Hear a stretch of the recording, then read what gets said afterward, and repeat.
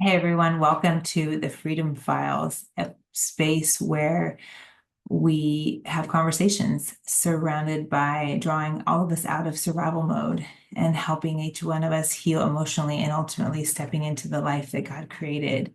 I'm Jen Weir. I'm the founder and builder of the Healing Havens, which is a broader picture of everything I just mentioned. Today's topic, we are continuing on a series helping Gen X do just that. I've done a lot of research on our generation and we've joked about it. We've trauma flexed. And now I think instead of trauma bonding, it's time for us all to bond over healing. And specifically with that topic, we're breaking free from the mantra of I'm all alone and no one's coming to save us. You may have known if you watched any of my videos that I am a writer first and a vlogger never. So everything I do, I read. So we're going to have some story time and let's begin. So there's a phrase that I have stolen from a TV show, and it's this: in the end, you're all alone and no one's coming to save you. The character Mr. Reese from the TV show Person of Interest delivered that line, and every Gen Xer watching probably nodded their head. In the end, you're all alone and no one's coming to save you. It's stark, it's poignant, and unfortunately, for many of us, it's deeply familiar. It isn't just a line from a television show, it's a belief system. It's the mantra of 65 million people, an entire generation.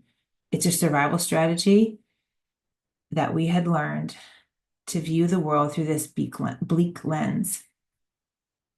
Somewhere along the way, many Gen Xers absorbed a message that sounded something like this: you're on your own, handle it yourself, you don't need anything from anybody, figure it out.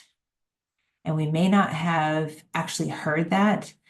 It was probably more vows and decisions that we made at a ridiculously young age. Depending on when that belief got lodged into your brain, it may have become one of the deepest roots shaping your entire life, shaping the choice of spouse you had, shaping your career choice, where you live. This belief doesn't necessarily prevent success, by the way. In fact, many people carry this belief, become incredibly successful. They become responsible, dependable, incredibly resourceful, and of course, capable. The question isn't whether you'll succeed. The question is, at what cost? And that is really the reason why I'm opening this conversation. At what cost? At what cost have we been effective and successful? At what cost have we raised these incredibly emotionally stable kids? At what cost? Because here's the thing: when you believe that no one is coming, you stop asking for help. Why would you? You already decided the answer. When you start a business, when you start to raise your kids, you manage the household, caring for everyone else's emotional needs and carrying everyone's burdens, you work longer and you push harder. You keep grinding, and eventually your body says, I'm tapping out. The spirit may be willing, but your flesh, however, is so very weak. The body can only sustain so much output before it demands rest. Yet our culture often treats exhaustion like a badge of honor. Burnout gets applauded. Busyness is celebrated, and overworking gets rewarded. And when the body starts waving that delightful red flag, we're often handed a diagnosis and a prescription so that we can get back to doing the things exactly as we had been doing and what broke us in the first place. We keep going, we keep producing, we keep carrying it all alone. And this is not the way. I mean, it is a way, but it comes with a hefty price tag. And there's a Christian version of this problem too. So for Christians, this belief often gets even more complicated because when someone struggles to trust God, they're frequently met with advice like, just believe, trust God more, have more faith. And here's me, I'm like, gee, wow, thanks. I hadn't thought of that. Even over the last 1,001 people have told me the exact same thing.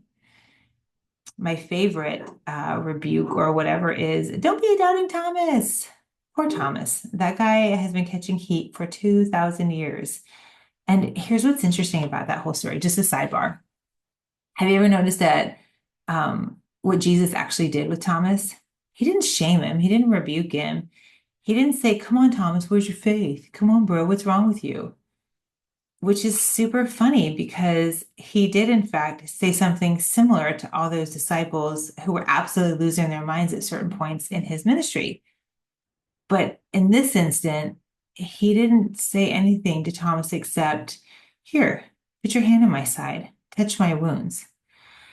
It's so savage. Jesus is absolutely savage in that moment. Jesus met Thomas where he was. He provided evidence and much needed reassurance. He understood that trust often needs rebuilding. When you've been hurt, particularly in something that, actually, I'm just going to move along. We're not going to touch that at this moment. But I'll just say this, trust oftentimes needs to be rebuilt. And that right there is where many of us get stuck because telling someone with deep rooted trauma or a trauma-based belief system to just trust God or just believe more or just whatever, fill in the blank, is about as effective as telling somebody with a broken leg, just run faster, walk it off, which is something we all heard, right? I mean, the irony is not lost. The issue isn't a lack of desire. The issue is the wound. But here's something many people need to hear. One miracle won't necessarily erase decades of programming. You can love God, you can know scripture, you can have a powerful experience spiritually, and you can still struggle with the belief that no one is coming to help you or no one would be willing to help you. Why? Because trauma rewires expectations. It teaches us that basically like what we should anticipate in life. And for a Gen Xer, that anticipation is low to zero expectation. Like, seriously, don't expect anything. If your experience taught you that nobody showed up, your brain learned to prepare accordingly. It is why scripture repeatedly talks about renewing your mind, because we're always carrying old operating systems. We have to constantly upgrade. I mean, I'm looking at a computer that's always telling me like, "Oh, it's time for an upgrade." God, I just gave you an upgrade like a month ago. But our brains and our minds are no different. We should keep doing the same thing. We should just keep being like our computers. Upgrade. So let's be honest. For some of us, there really were seasons where no one came.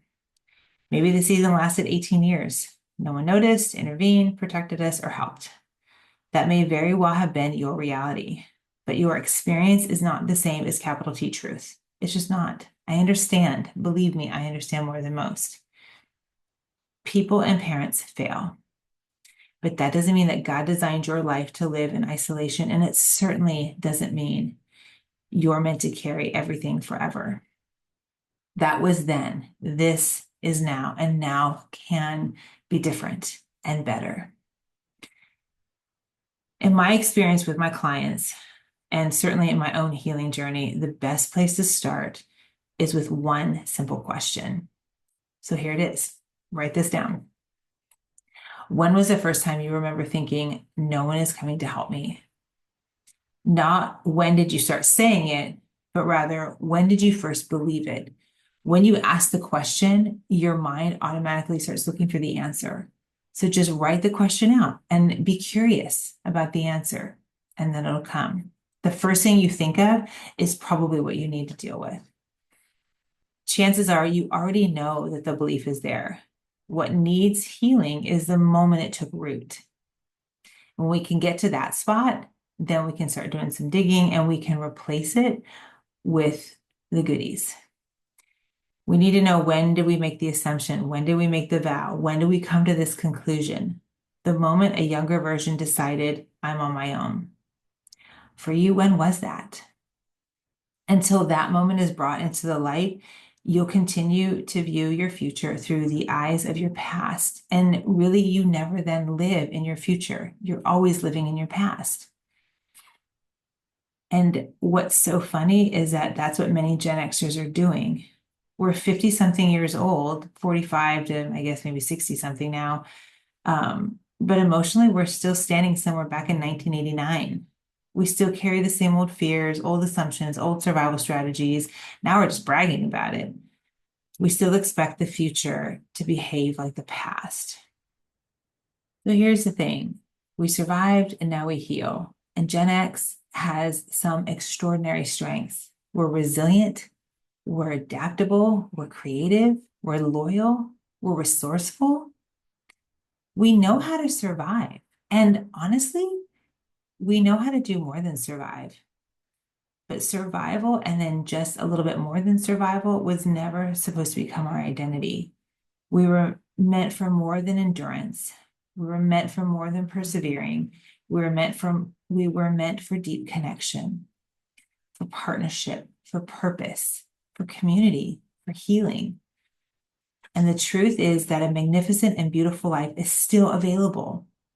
A rising tide really does lift all boats, and together we can accomplish pretty remarkable things. And together we can no doubt move mountains. But first, we have to stop carrying beliefs that were never meant to stay. We survived, yes. And now it's time to heal. It's time to stop trauma flexing. It's time to stop glorifying exhaustion. And it's time to stop believing the lie that no one is coming. You, my dear friend, are not alone anymore. Healing begins the moment you stop looking at your future through the eyes of your past. We were raised to survive, but now we can heal an entire generation. This isn't just our story. This is our time for healing and changing the stats about a generation that is got some pretty epic strengths. Let's go use them.